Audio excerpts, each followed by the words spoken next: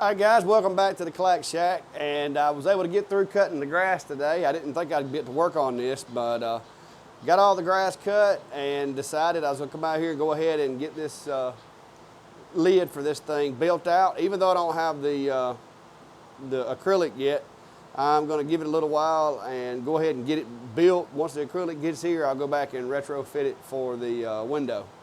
So I've got the plywood, got all the hardware here, and we're fixing to put this thing together, and hopefully you'll be able to see what the final result's gonna look like, short of the camera and the acrylic and everything. I've still got all that stuff ordered. I do have another camera like I've got in this one ordered to go in this machine, and as soon as it gets here, I've already got the holes drilled and everything and ready to go. But give it just a second. I'm gonna move the camera around and we'll get started.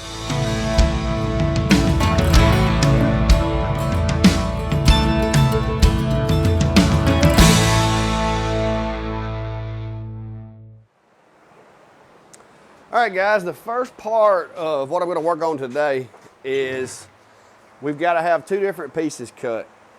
This is going to be the 26 inch. I've already got that board prepped. This is going to be the 26 inch piece. It's 26 inches wide because that is the interior dimensions of my box. It's going to rest between the walls here using those cutoff pieces from yesterday. But it's 26 inches wide and it's going to have to be 14 inches long, this way, long I guess you could say, because the whole top's 26 and I cut this off at 12, so that means I've got 14 more inches I need to be able to come out far enough for the front to fasten to the front edge of that. So that's what we're going to be doing here. Is I've already got this measured and marked, that way I didn't have to handle a full sheet of plywood. So I've already kind of cheated and got a little bit ahead, but save us a little time. But this plywood, I asked them while I was there, this is actually some kind of birch plywood that they're using for this. So it is definitely heavier than what I'm accustomed to. But anyway, just going to confirm my measurement here before I cut, because sometimes I get twisted and turned around. All right, so this board needs to be 14 inches. And so yeah, that looks good. Go ahead and knock that guy off of there.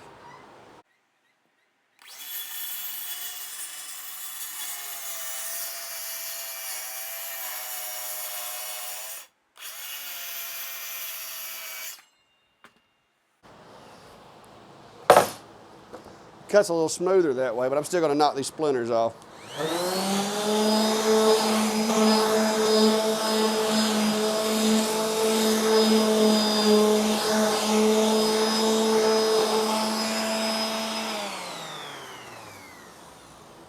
All right, so this piece is going to marry up to the piece in the top right there, okay? And it's going to have these two side boards that we cut off yesterday. These two side pieces will connect to it. And that's going to form basically the frame of our box. This piece goes here because that is the scrap piece that came from that. And then this piece will go here. And both of those pieces are going to attach, these ends of those pieces will attach to this one like so. And that will give us the remainder of our box. So that's what we're going to be doing basically, is putting these together. And once you get these put together, that will give you, like, this is going to be the top here. And so I've got one more piece that's going to go inside here to pull that top together and make everything work. But these pieces yesterday when I cut them, I didn't knock the splinters off of them and smooth those edges up. So I'm going to do that right quick before I catch one of those guys under the fingernail or something.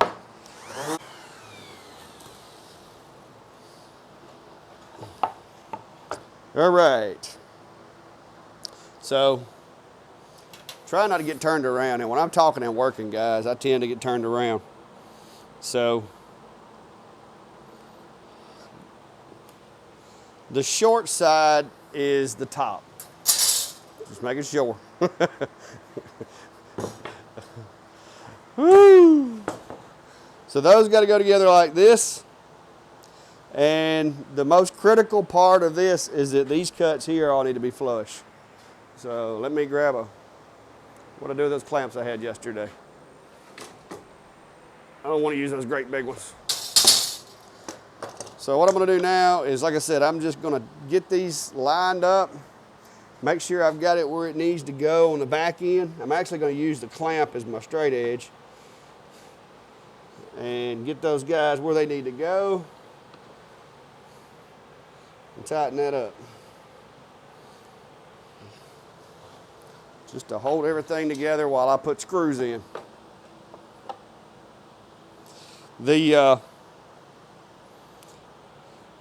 The principle is exactly the same on this one as it is on my other build. With this lid, if you'll notice, I did the same thing. These boards were cut at an angle. Basically, I built this panel, and then I did the same thing I did with the plywood. Only difference is this was built, I built panels with smaller pieces of wood, and then put it together. So let me get my drill and everything back out. I had to move some of my DeWalt stuff because of my new enclosure. So I'm having to learn where everything is again. Not a fan of moving things, but didn't have much choice. Then I'm going to try to space these screws out.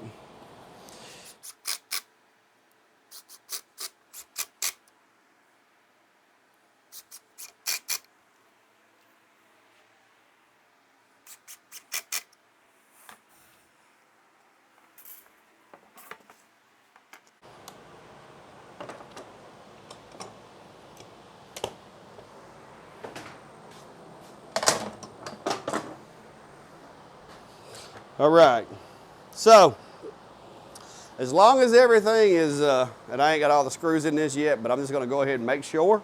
As long as I've measured everything right, this piece should sit right, see? Backwards discombobulation there, guys. This thing should sit right here, and basically it completes the box.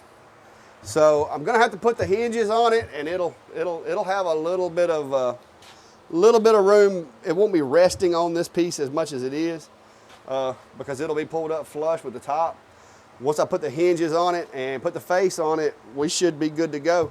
So now all we got to do, guys, is cut the face for it here. And I'm gonna go ahead and put a solid piece of wood on there for now. But like I said, I'm not using glue, so I can go back and take this board off if I need to. I've got a saw that will enable me to cut it without having to remove it. But worst case, I can disassemble. Just take this off of the build, put the glass in, and then put it back after I'm done. So I'm gonna go ahead and pull this off. And so now the piece that we're gonna need now is gonna be from here to here. This piece of material here is 7 inches, so that makes it pretty simple. The overall box is 24 inches tall. So if you subtract 7 from 24, that's how big your piece needs to be. So I'm going to, but it's got to be 27.5 wide, because to go from here, or well, 27 3/8, to go from the outside of that material to the outside of this material is going to be 27 3/8. All right, guys, I got our next piece of material lined up here. And this is the other half that we used for that. It turned out it was actually large enough, so that's what we're gonna use. And if you're messing with sheet material, guys, and you don't have one of these drywall squares right here, I'm telling you, these things are a lifesaver. It makes cutting these sheets a lot easier as far as the marking goes. So I strongly recommend, if you don't have one of these guys, like I said, it's made for drywall, but man, it's a saver when it comes to cutting these big sheets.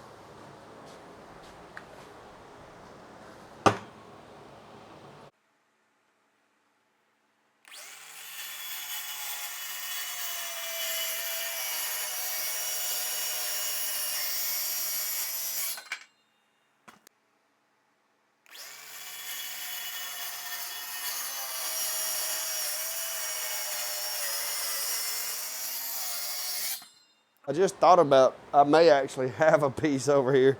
I don't know how my cuts worked out, but I may actually have already had a piece that would fit unless I use some scrap for that. But regardless, I'm gonna have leftovers anyway.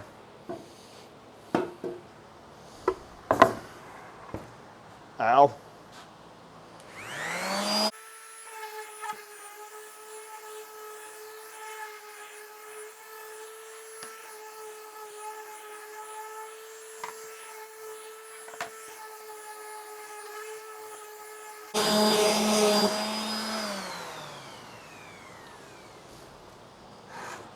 Alrighty.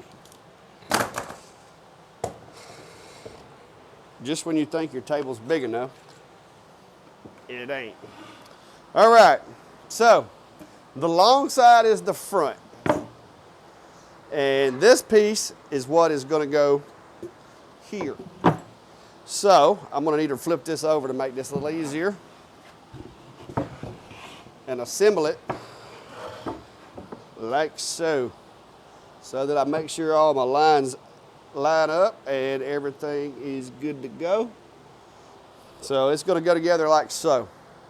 What I'm gonna do just to make it a little easier, I'm gonna go ahead and punch some holes in the underline, the bottom edge of this thing, and probably go ahead and run my holes out here before I put it in place, just so I ain't trying to fight with it. So I need me some holes here, and there.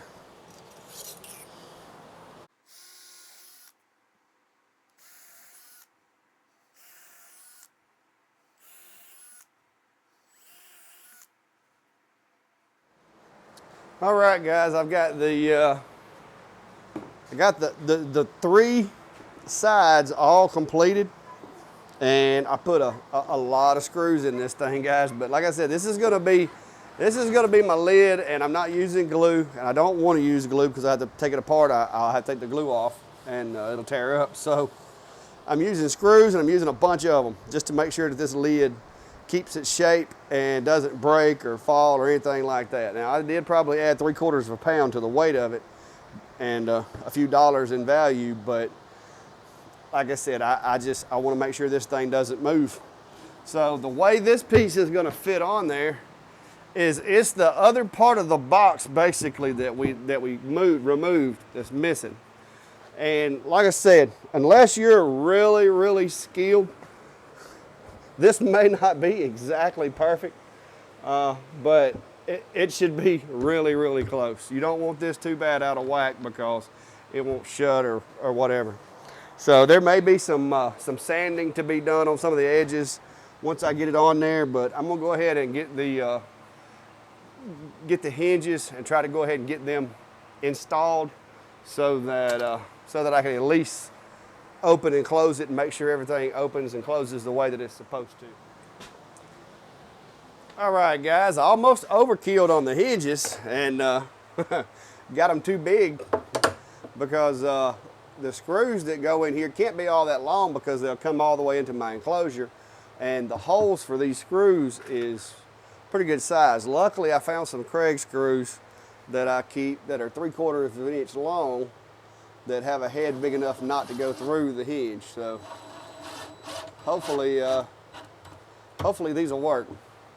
And what I'm doing, I'm just putting the hinges over near the outside edge, and I'm just flipping them over like that just to make sure that the center of that hinge is even with the outer edge of that board.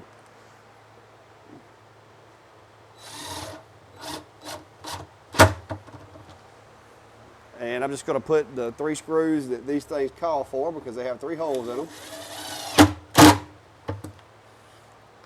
And make sure that those guys are in there good because there's going to be a lot of pressure on that hinge when opening and closing the lid. So I don't want my hinges to pop off. That could be a bad thing. So securing them pretty well. To be honest with you, if this was one of my lumber builds, and I may go back and do it anyway, but to sturdy up this joint, you could take some small pieces of this plywood that you have scrap and kind of put it in the corner there, and that way everything could screw into it, and it would hold a lot better because of the extra wood. But if it starts giving me problems, if this isn't going to be strong enough, that's something I can always go back and do. So where's my top? So now, just going to get those guys back out of the way. What I've got to do now is just kind of slide this up in there until it hits the base of those hinges. And once it does that, I'll flip the hinge over and insert screws. And like I said, this thing calls for 3. And I got larger hinges that I needed because, as you know, guys, I like to overkill. These hinges actually have like a little polybutylene bushing in between the metal because they're made for like really heavy gates and stuff like that. But it also makes them open a little smoother and they don't catch as much. So I like that. And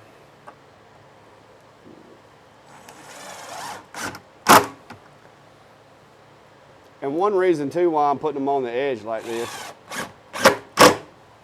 is so I don't have to have a whole bunch of them. And secondly, so that it's close to this piece here, because if you put them in the middle, I don't trust this plywood not to try to sag a little bit. So I put it close to the edge where it's got a little more rigidness over here. So let's see if it actually opens now.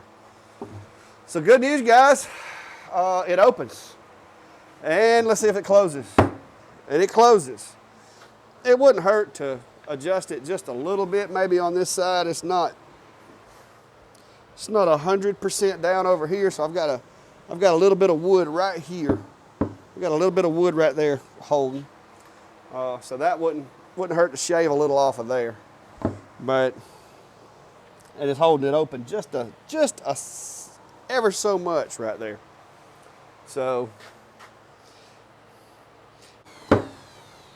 to be honest with you, I'm not too sure my front board isn't a little over, because I did discover earlier that my measuring tape that I was using yesterday, and I'll show you this, I discovered that my measuring tape has got some slop in the end of it there. So to be honest, I'm not too sure it's not this board. And the easy fix for this would be just to pop that guy off and take it over to the table saw and run an 1/8 off of it. So let's do that. Here's the fact, the reason why I did not use glue, guys. So I'm just going to run this over to the table saw, see if that lets it go down and get flush.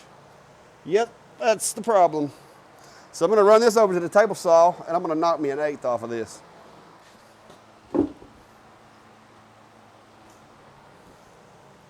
Like a glove. Let me shave this off with the sander here.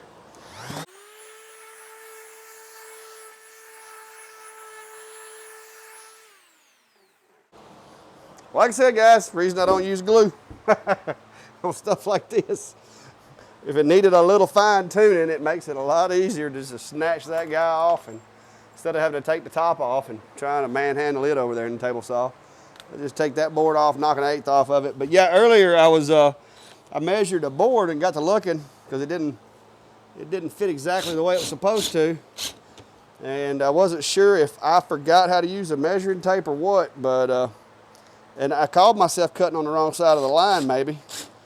But then the next thing I went to measure, I noticed that the tip on that measuring tape is slack, really loose. So I'm going to be replacing that guide. Trashing that one is useless. That's why I've been using my steel ruler since I discovered that thing is sloppy. All right, guys, outside of kind of looking like an ice cream sandwich, it's going pretty well, but it's not complete until it gets the Ford logo here, because I had a set of those handles, so this worked out pretty well. Now I can put the other one to use. So I'm going to be finding my center here.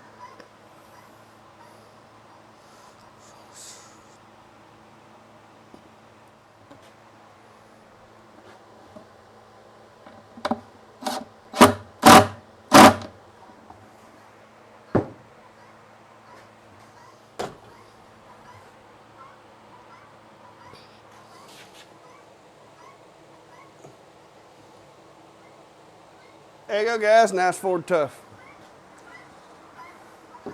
So, I still got to put the springs on and the shackles for the springs, and we'll be good to go. And as you can tell, Guinea is visiting. And like I said, the springs that I got last time, they didn't have the same one. So I went with these. I don't even know if they're going to be strong enough. This may just be a temporary attachment, but they should suffice. So we're going to go with it. All right, guys, and all my preparing for this, I failed to pick up any more extra nuts and washers for this. So I'm having to make do with what I've got, and so I think that's only going to allow us, unless I can find some more, to do one side of this and have it the spring operating. So I'm going to go ahead and just do this side and go from there.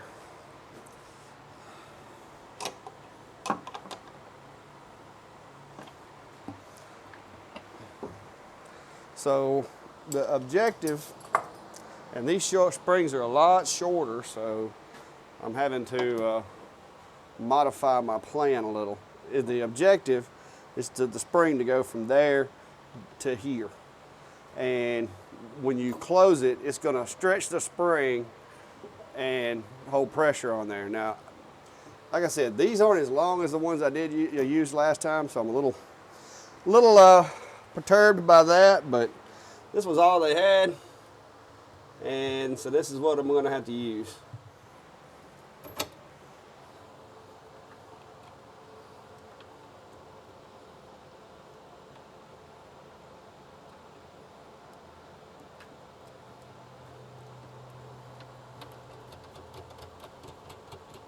I can't believe I don't have any more of these washers and nuts laying around here. And I probably do. I may actually have to go up to the sawmill to find them. Sometimes I carry stuff up there and don't bring it back, so there may be some up there. But we're going to go ahead and put this side on at least. This one's not going to take a whole lot of pressure to keep it from falling on your head, because it rocks back a lot further than the other one does.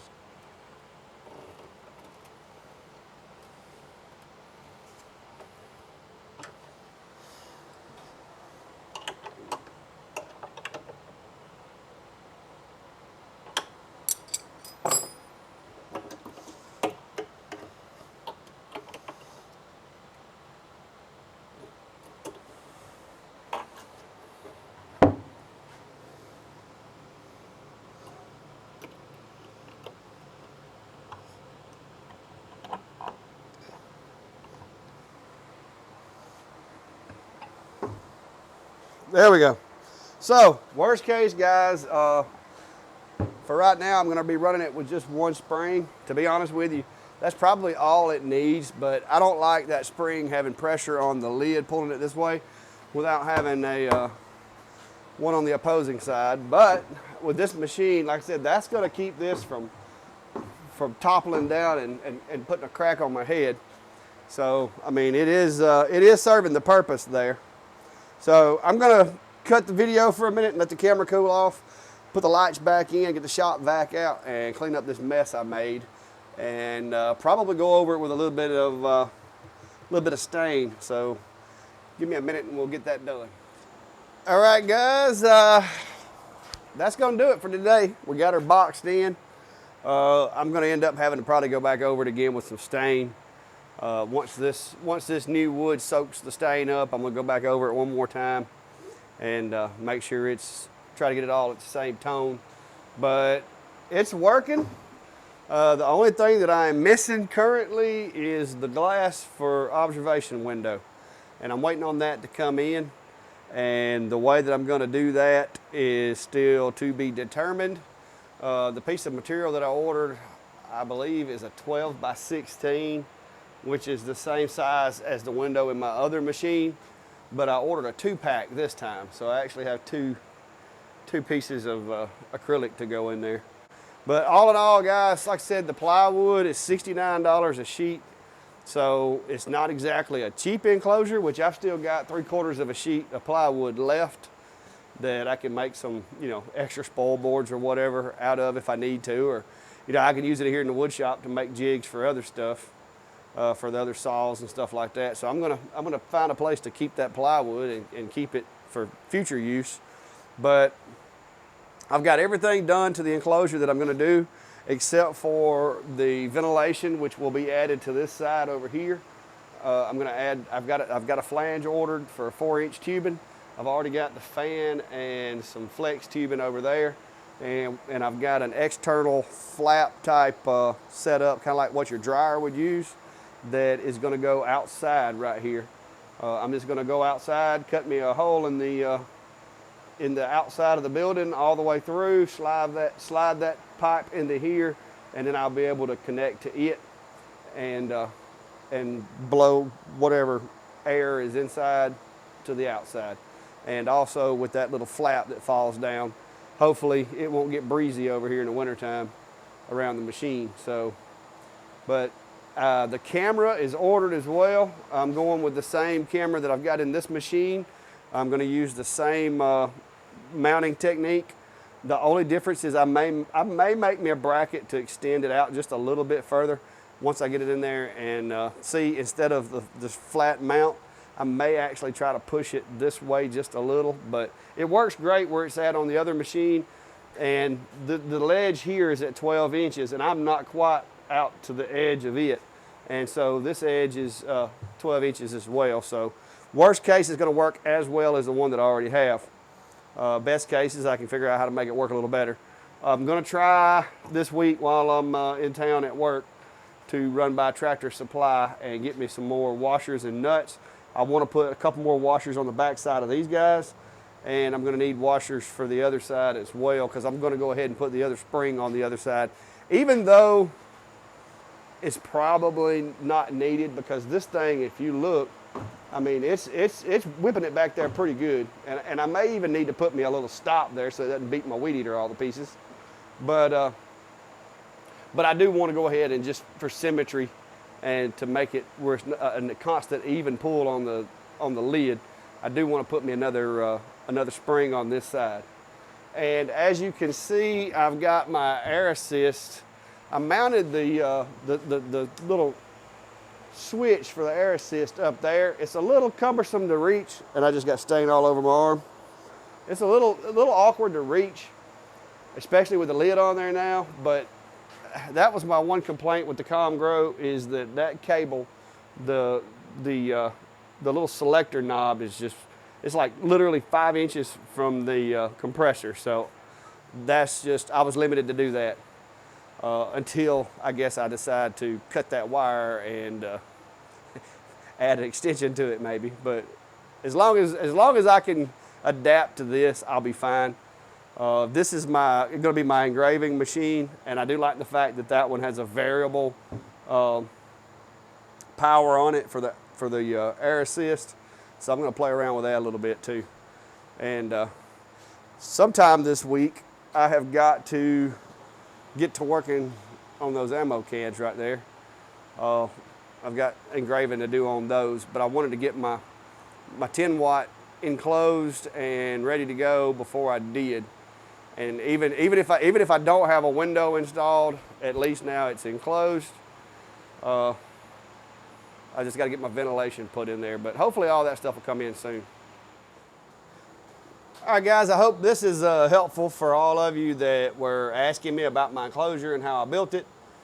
It's a pretty simple design. Like I said, the little J-hooks and the springs, I think that was probably about $25 worth of hardware, and the hinges, because I think the hinges were the most expensive part. They were $6 a piece.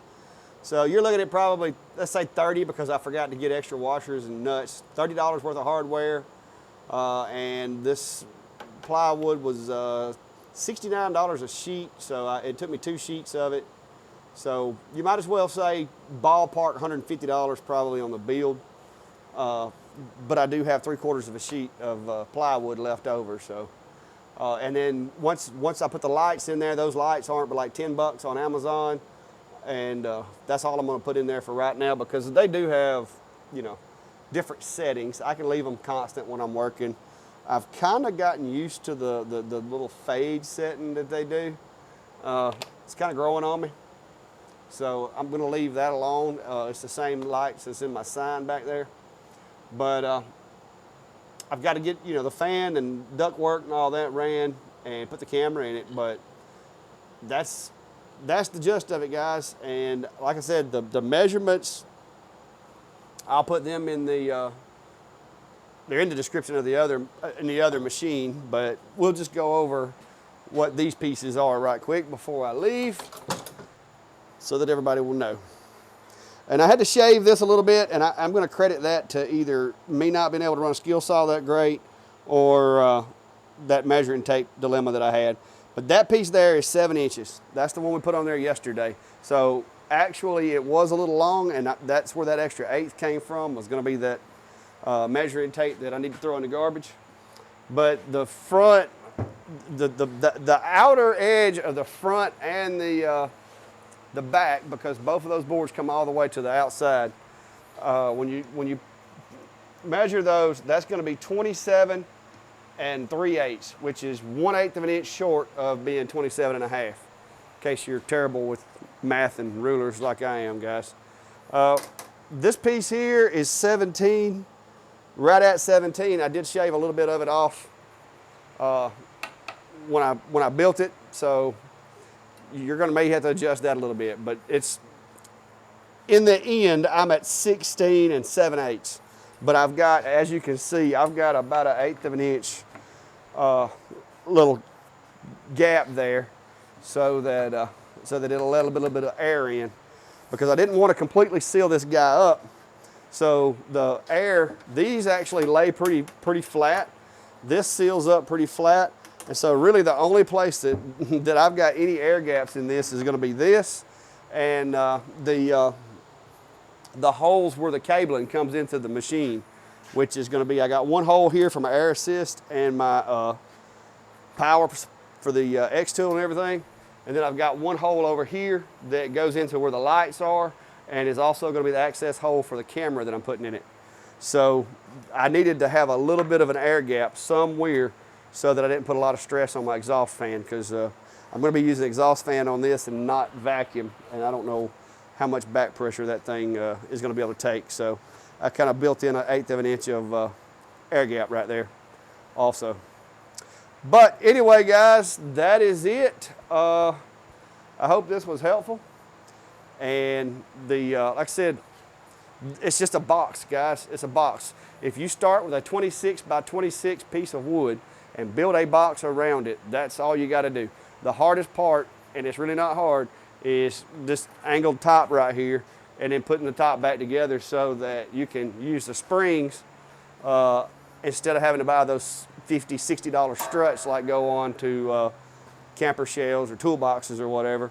A spring works just as well, and that's kind of a carry back from my days of growing up with screen doors, because the screen door, it would pull it shut as long as you didn't pull it back too far, but if you pulled it back too far, it actually hold it open.